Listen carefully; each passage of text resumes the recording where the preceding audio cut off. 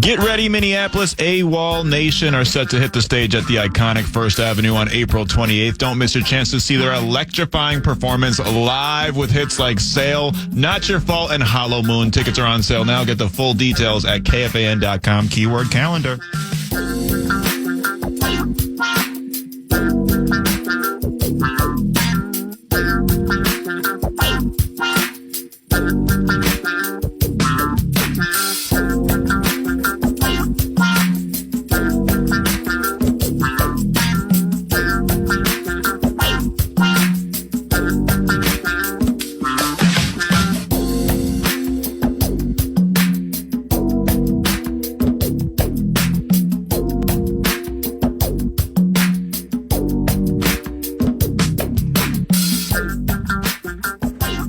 Final hour, 9 to noon on a Tuesday at TCO Studios here in Eagan, the comfy confines of the Vikings facility. And we're just awaiting the head coach, Kevin O'Connell, who sits down weekly for an extended chat. And stay tuned as well. We do it every time we have the head coach on.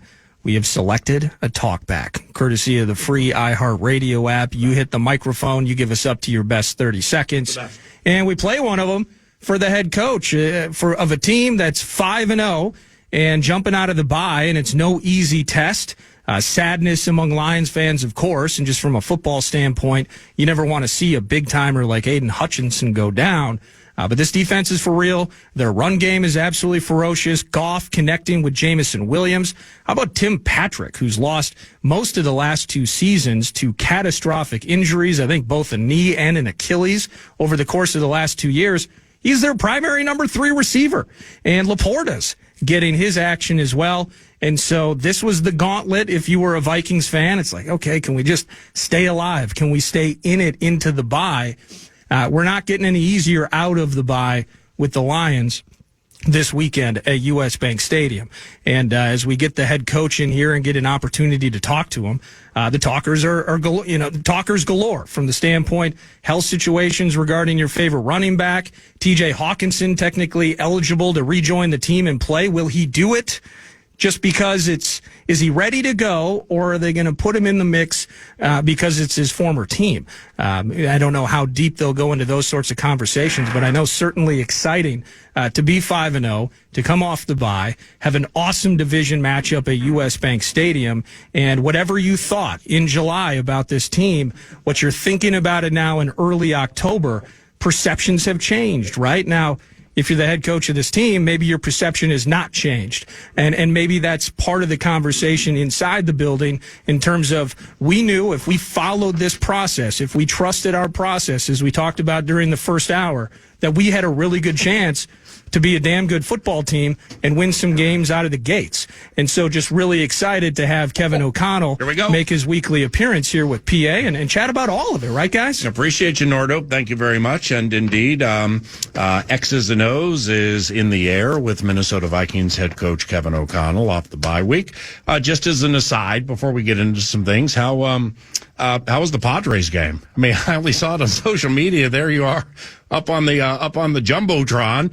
Looked like a packed house at Petco or whatever they call it. Now, granted, they didn't advance past the Dodgers, but that looked fun. It was an absolute blast. Now, not only did they not advance, they from the time I stepped foot in the ballpark to the end of that series, they did not score another run. Oh, geez. So I don't know if they're going to invite me back. Oh, wow. Okay. Well, that the Padres, with where you went to high school and everything, and college, is that like one of your favorite teams? Baseball team for sure, but yeah, I can. Or was it just an opportunity here? I can remember. When I was in high school, and the first of my buddies that got his license, we got the great idea to, we may or may not have left school a little early one day. The Padres were playing the Giants, and we went and sat in the outfield there at old Jack Murphy. Oh, yeah. And we may or may not have been enjoying some sun, shirts off. Good for you.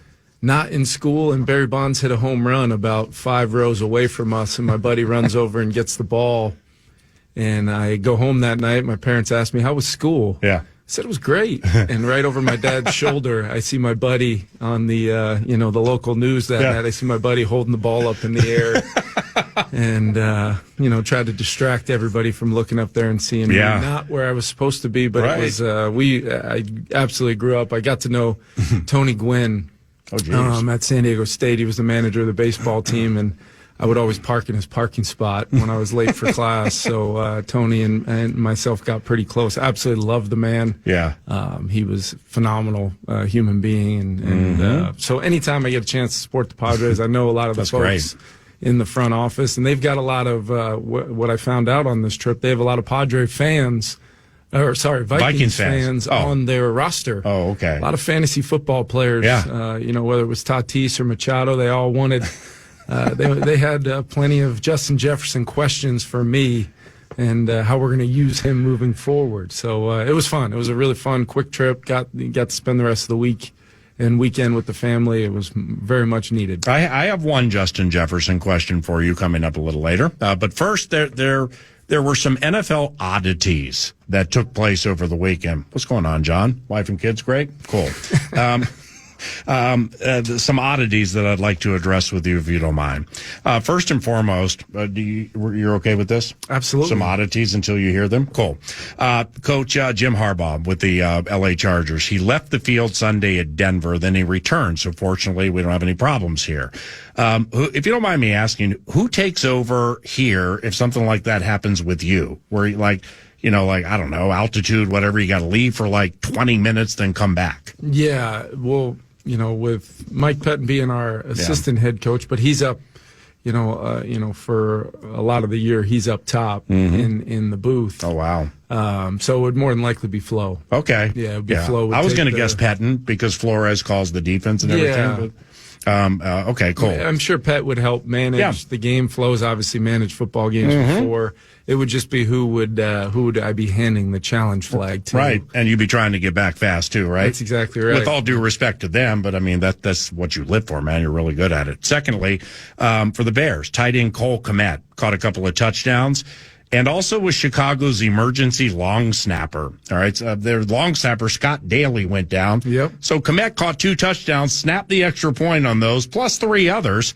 The emergency long snapper here, do you care to share, or is that too deep in the intel? No, we, historically it's been Nick Muse. But he's been down a little bit right now, so we've had a kind of a rotating. Yeah.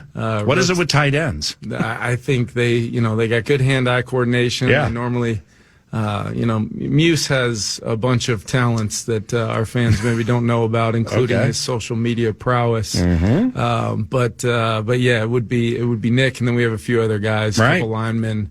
I'm sure Ivan Pace would be clamoring to say he could do it as well. Right. Whether it's playing quarterback, running back, tight end, receiver, corner. I mean, Ivan says he can do just about anything. For the Lions over the weekend, old Ben Johnson had that Lions offense humming out of the bye, didn't he? Yeah, he did.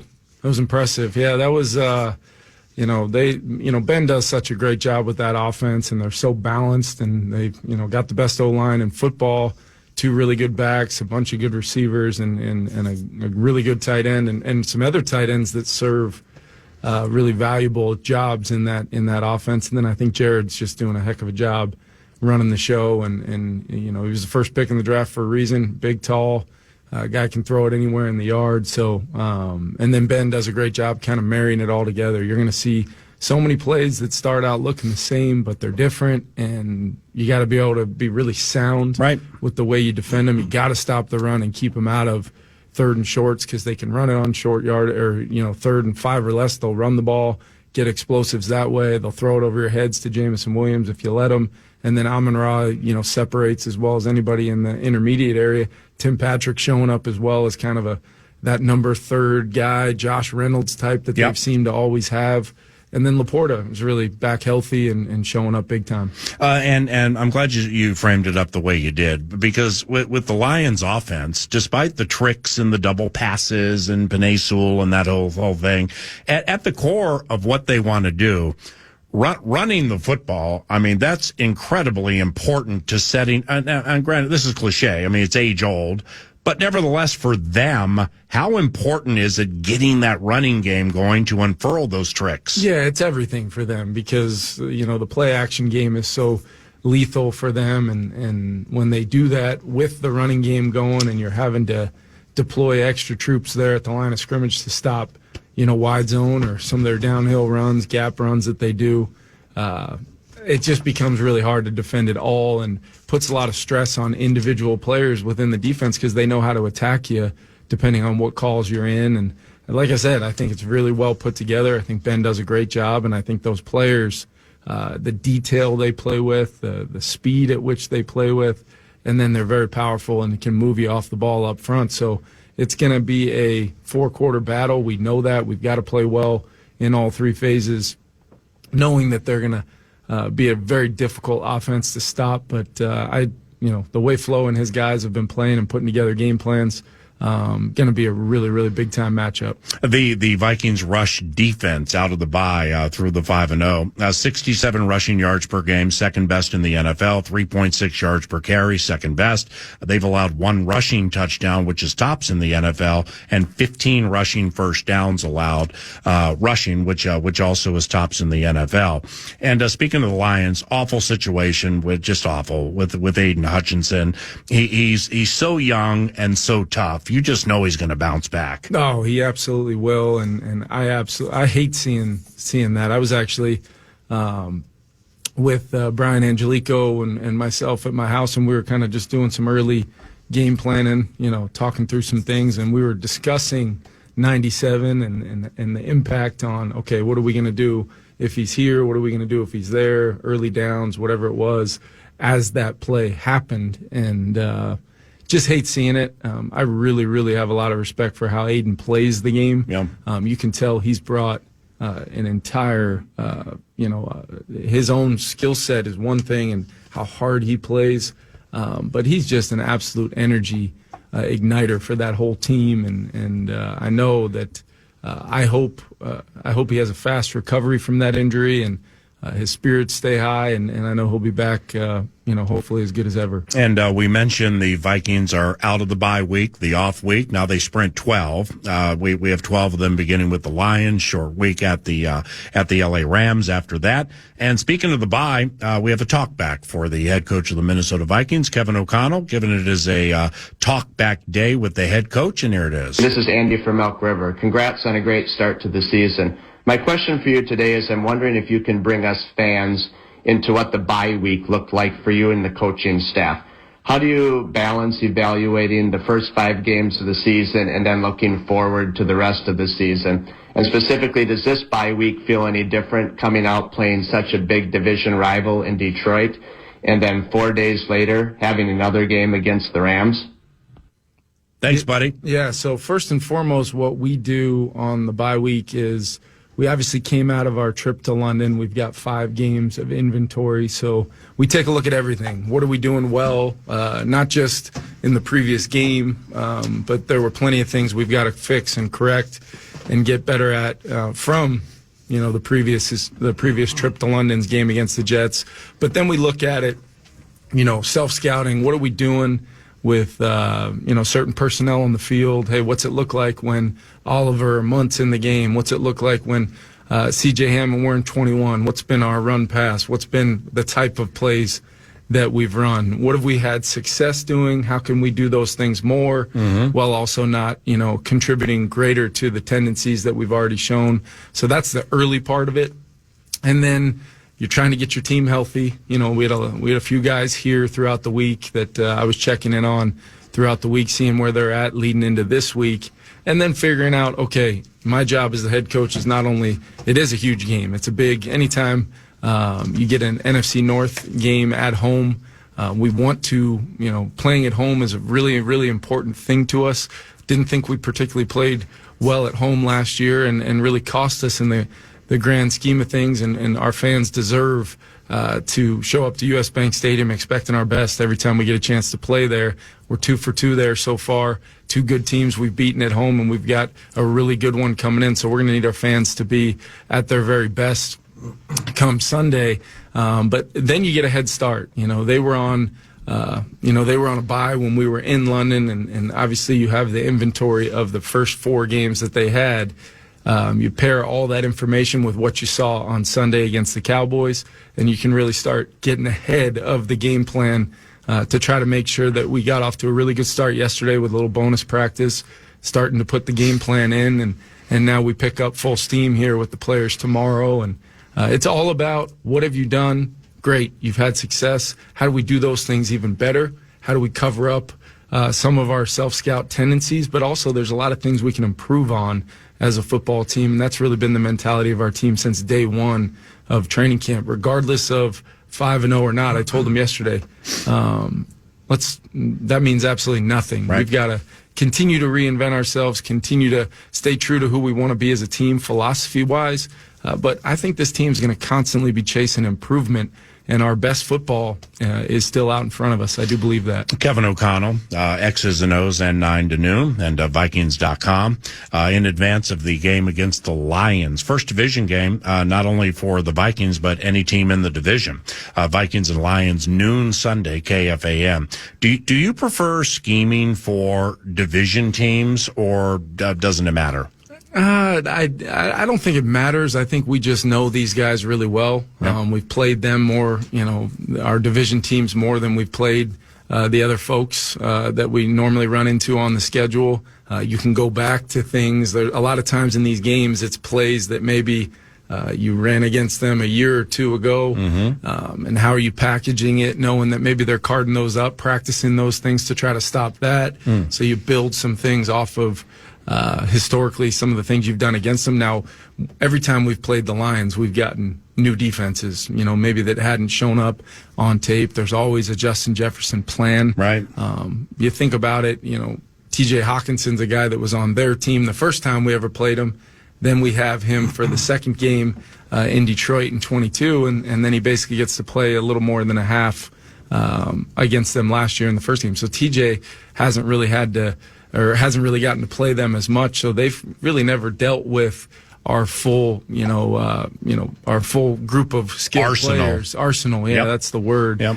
We'll need that together 12 years from now. Yeah, and don't know if we'll have 18 TJ. years from now. Sorry, 18 right. I meant. That's right. Yeah, We don't know if we'll have TJ or not yet. He had a great first day, kind of back on the field in London, and then had a great day yesterday, so he'll keep working. Mm-hmm. But so much of it, PA, is they know the things that we want to do. We know the base way that they like to play. Yeah. And then it's just the chess match. Yeah, I love that. From there, once the ball gets kicked off, of really trying to figure out exactly how we can try to gain some advantages. And they've got some really good players. They've gotten some really good young players in the secondary that I think they added. Carlton Davis, the safeties. I think Brian Branch is one of the really emerging young safeties in the league. He really does a lot of things for their defense. Anzalone's always a problem in the middle, and then they're very active along the front. Even, in their first game without Aiden Hutchinson, we're going to have to really block. McNeil and Reeder. Yeah, they're really good inside. Yep.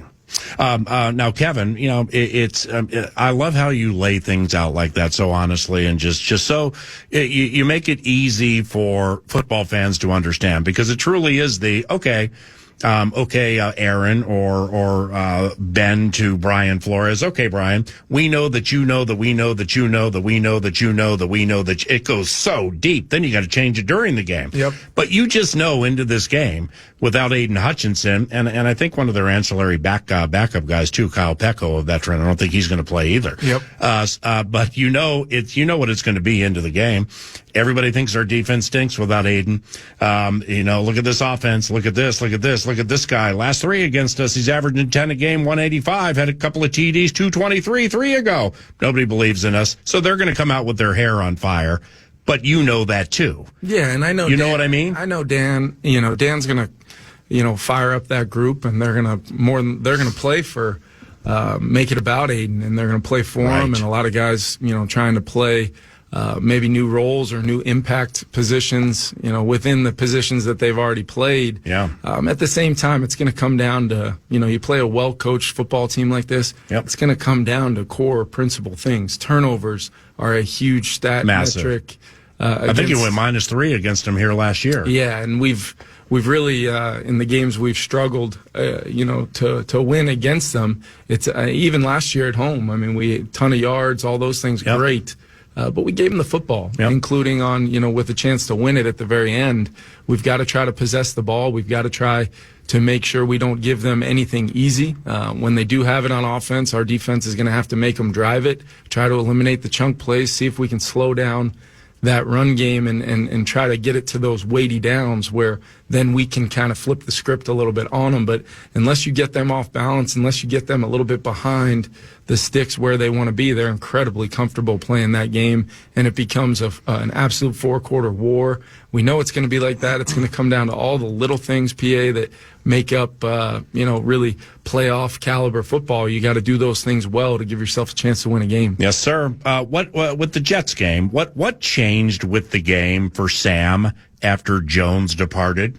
I just think it was a matter. Aaron is such an impact player with so much hidden yardage. His ability to, a play that might be blocked for 3 or 4, he's getting 8. And we're 2nd and 2, and we're in a kind of attack mode. He makes a play in a one-on-one on a 3rd down versus a linebacker. Probably could have scored on the play if we lay that thing out there in front of him a little bit. He just has such an impact across the landscape of our offense. I don't know necessarily if that affected Sam as much as the rhythm of our offense. Right. We have a really freak turnover there where, Ty Chandler's caught 1,000 wide zones on toss plays, and we didn't catch that one, and it bounces off the turf, bounces right into the hands of a defender in stride. I thought that was one of the most impactful plays of the day, Sam Darnold getting that guy on the ground. Otherwise, that's 7 points.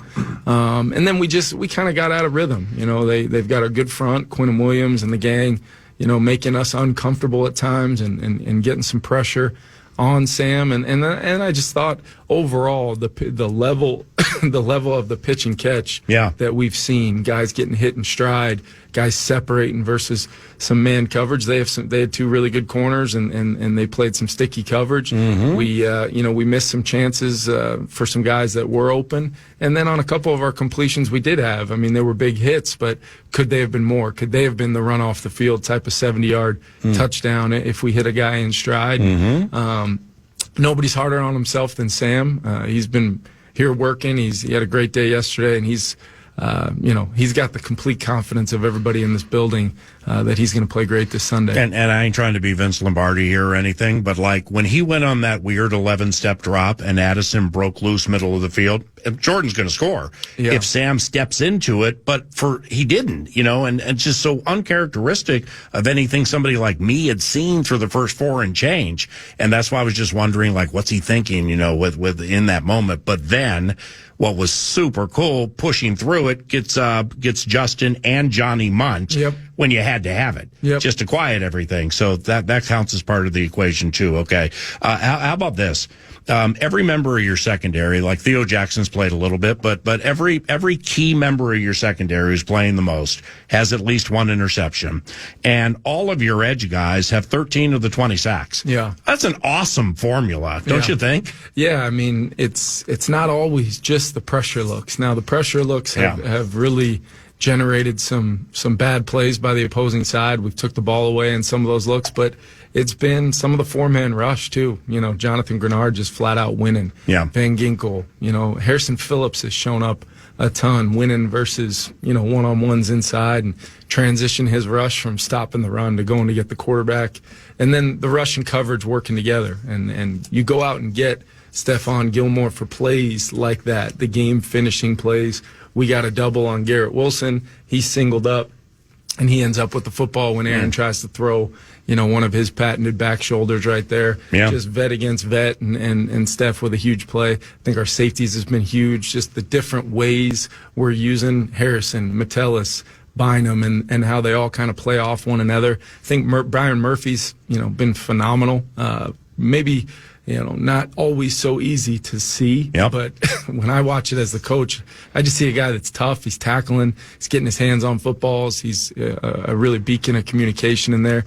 And then I think Shaq continues to show up and bring a level of physicality, putting his hands on people. That is just really fun to see. And we're playing a lot of different coverages, a lot of different techniques, keeping people off balance. Flo and his guys are doing a great job. And with Gilmore, it just shows how, like, when coaches preach, you always got to be ready. You never know, including Mullins coming in with that one pass, like to strike somebody out bottom of the 8th to get to the 9th. Wow. It's, if somebody had the belief that he really fires fresh, well, we saw it right in front of us.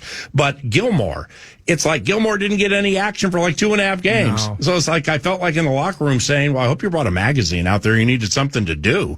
But then all of a sudden it's he's getting attacked all the time. Yeah. And coming through with it. So man, it's the collaboration here has just been great. Lastly, with Andrew Van Ginkel and these interception touchdowns, like what impresses you with what you're seeing with these? Well, first and foremost, to catch the footballs that he's caught, both the Giants one and the one against Aaron, just to physically make that play is pretty remarkable. But what people don't always see is, it's either right before, the TV copy cuts to that all 22 look before the play, or when I watch it, up in my office and I see him assess the formation. Okay, I know what call we're in.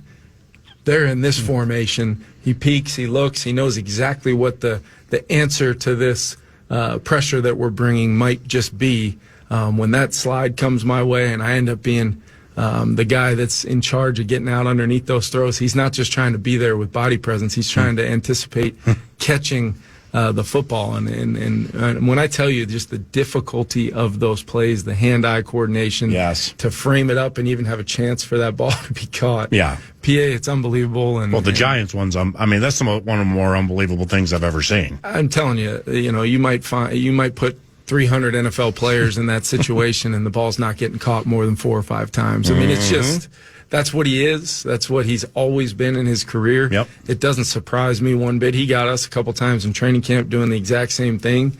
And you just, as an offensive coach, you're always thinking about it. You're thinking about, well, yeah, that looks good on the chalkboard, but 43 is going to be there. And we got to be aware of that because he can change the game. And my goodness, hasn't he brought something to our defense that, it's really hard to put on paper. It's hard to really quantify. Absolutely love him. You're fantastic. Thank you. Appreciate you, man. Kevin O'Connell, head coach of the Minnesota Vikings, and I'm Paul Allen. We thank Kevin for the X's and O's. Here comes Max with the cash thing.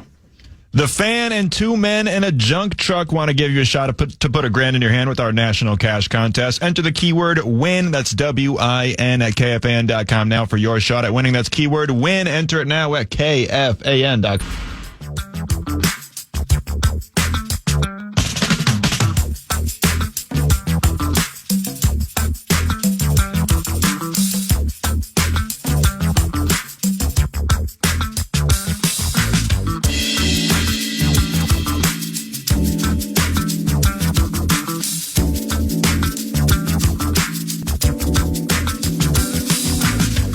Always good hearing from the head coach, 9 to noon, weekly, Tuesdays.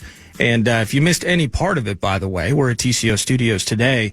It's part of our weeknight Vikings programming. So at 6:30 p.m. tomorrow, you'll hear X's and O's with head coach Kevin O'Connell. And you'll hear the majority, if not all, I should say, of that conversation with Kevin O'Connell. And, I want to dig into this with the host, and we will momentarily, just kind of seeing things, or I guess hearing it through the purview, through the worldview of the head coach as we look ahead to the kiddies. You heard it, not sure if they're going to have TJ Hawkinson back. That's a question that I've received as much as anything. How's Sam, are we worried about Sam in those previous 6 quarters of football? Second half of the Packers game and then what we saw in London. That's question 1. Question 2 across the board was, are we going to see TJ Hawkinson this weekend? And the jury's still out on that. We'll be watching the injury report throughout the week, not just in regard to practices for TJ Hawkinson, but of course, Aaron Jones. And speaking of Aaron Jones and this run game, PA, I thought it was really interesting to hear right out of the gates, because we think about Amon-Ra St. Brown, we think about Jamison Williams and Jared Goff and what they can do through the air. Laporta, of course. He nailed it. It's everything for them. That was kind of the quote in relation to what we're going to see from Montgomery and Mr. Jahmyr Gibbs this weekend. Right. I think the focal point on the respective ground games of these teams on Sunday, it might not be the first thing you talk about, but it might be the most important thing you talk about. Well, I don't have it in front of me now, but first and foremost, let me just say this again. I love our chats with Kevin O'Connell. Yeah, they're pretty sweet. I mean, whether, you're getting meaty into Aaron Jones and whatever he's going through, Hawkinson, it's just whatever you're getting into with him, it's just so smooth and comfortable and easy chatting with him. And that just hasn't always been the case in these coaches interviews that I've done for quite some time. So I want to thank Kevin. I want to thank Vikings Media Relations, whomever made the decision to move X's and O's to the Tuesday radio show, whichever group went into that. Personally speaking, and speaking for I think the audience too, thank you very much. It was a game changer. The Vikings have thrown incredibly well on the Lions ever since O'Connell got here. So that includes with Madison and whomever was backing him up. That includes with Dalvin, where Justin had a 223 3 games ago against the Motor City Kitties. And I'm not sure how much of it is predicated on a concerted effort to run the ball, which is age old, but for the Lions, it's teams are, it's, how am I going to put this? Ben Johnson is not from the Shanahan, McVay, O'Connell, LaFleur, Kingsbury tree. Maybe he is. Maybe he's part of that tree. But it's the West Coast style of offense, or the wide zone running, middle zone attacking, intermediate and deep, which McVay and O'Connell are two. McVay's one of the best in the history of the NFL at doing that, and O'Connell is right on his heels, but he just hasn't coached as long. So the concepts, like yesterday when you were away, I caught a play in the Packers-Arizona game. LaFleur, Shanahan, McVay, and O'Connell. I swear, it's like they have somebody on staff watching the other guy, and not to steal plays or steal scheme. Everybody does that. But to find one play they ran so it can be like, all right, I got you. Watch this. Next game. LaFleur ran a play, their first touchdown, to Jaden Reed. I mean, it was a long developer, so you need some things to happen. He ended up with Jaden Reed running what's known as a shallow cross across the middle of the field, and he got him on former Packer and linebacker Chris Barnes. So you get your best receiver and your fastest guy, and it's over, with a linebacker trying to catch him. And a lot of thought goes into constructing it for that to happen. Like McVay at the Coliseum. Well, I mean, with their ability to get their guys on Anthony Barr. Yes. I mean, I think he was trying to keep up with. Great point. I forget who it was, Brandon whether Cooks. it was Cooks. Yeah. It was Cooks. It was insane. And then you got Barr trying to cover Cooper Kupp, and that was a disaster. In fact, it's the only Goff had a passer rating in that game of 158.3. It's the only perfect passer rating a Vikings defense has allowed in the history of the team. And by the way, Goff went for a 150 plus passer rating Sunday against Dallas. So he has 2 of those against Zimmer and the way he coordinates defense. Okay, 3-2. But like McVay, all right, the Coliseum's an excellent example. More recently, McVay, if you watch what he does with his running backs and how he gets them matched up on the perfect linebacker with what are known as wheel routes or angle routes or passes, things like that. So he's really good at that. Now, you want linebackers checking running backs when they're coming out of the backfield, but if you got 3 of them on the field, McVay finds the slowest one, and he makes them pay. Yeah. We've talked about O'Connell with it's just phenomenal. And I honestly, I'd have to look back at Bevel, offensive coordinator here, when he was with Favre and Sidney and Atol Percy and Adrian and Shanko and that whole thing, is just to see like what kind of players he got on certain players for the defense and how consistently. I've said this before. I've never seen a play caller or somebody who constructs offense get their best 2 players, receivers, in Jefferson and Addison on safeties, where they're covered by safety so frequently. The safety's going to lose 8 out of 10 times, as we've seen. That takes a lot of thought and prep. And then the players on the field, specifically the quarterback, has to be smart to be like, yep, we got it. Okay, that's what we've looked at. Okay, protect here, play action here. And 20 to 30 down the field, lo and behold, I got 18 or 3 against safeties. O'Connell's as good as I've ever seen at that, and next level Kyle Shanahan. I mean, with some of these plays he runs with Deebo Samuel or these gotchas with Kyle Juszczyk, it's like these guys have somebody on staff watching the other guy to find the best, coolest, trickiest play they ran. Yeah. Because I'm going to outdo you in the next game. It's like a one-upsmanship. These guys are so good at what they do. But it's the age old, yes, you want to run to pass, or you want to pass to run. I'm curious to see how this works. If it were a heaven or hell equation, and we absolutely have to be right, I would say Aaron Jones plays.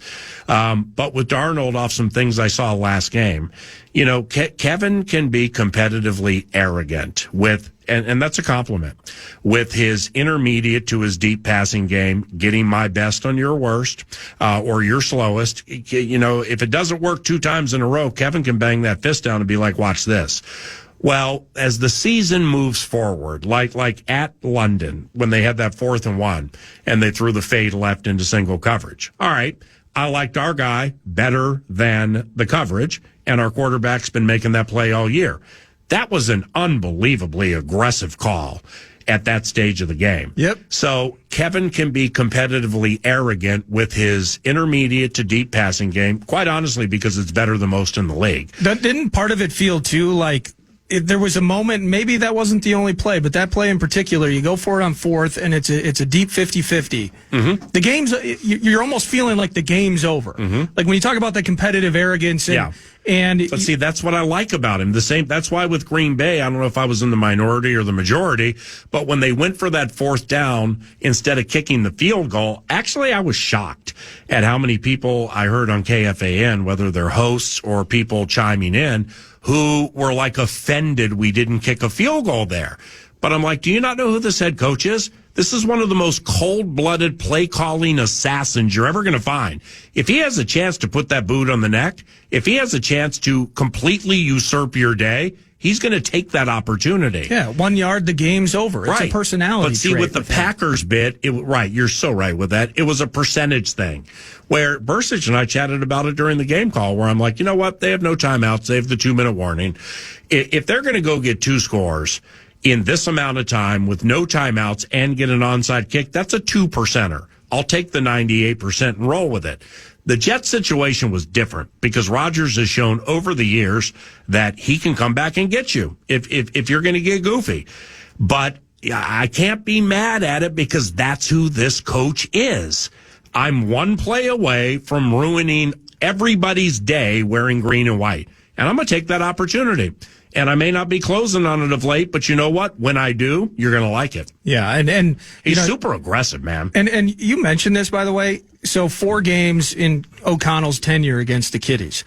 First one, September of 22, 250 passing yards. Mm-hmm. Okay, well, the second time they met, 394 through the air. For Cousins?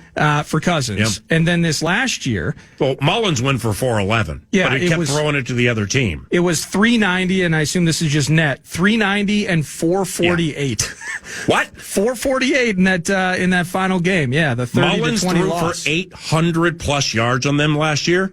448 yards. No wonder they went out and got Terry and Arnold and signed Carlton Davis. See, it's you brought up the perfect example.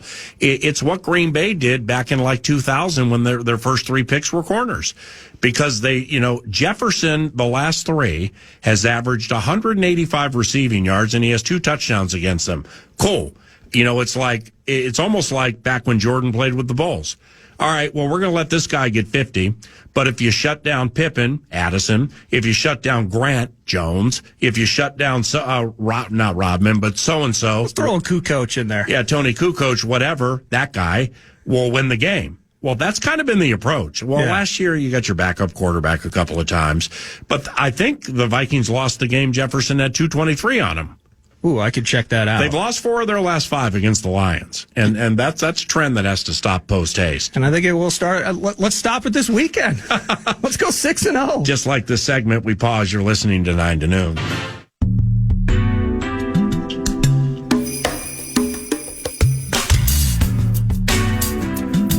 John Hines, coach of the Minnesota Wild, will join 9 to Noon tomorrow.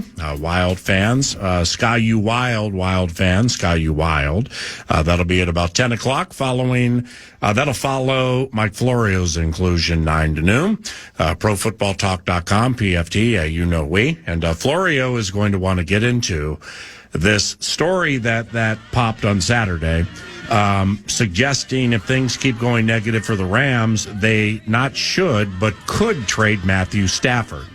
And I think, he's going to go down the road of if you're taking yourself seriously about becoming a Super Bowl contender, you need to consider trading for somebody like Matthew Stafford. So just chew on that. I think that's coming tomorrow, plus much more when you tune in to 9 to Noon at FM 100.3 KFAN. Thank you, Maxwell Fuller. Thank you, Eric Nordquist. And most importantly, thank each and every one of you for listening to KFAN when you do. I'm Paul Allen. Have a wonderful day.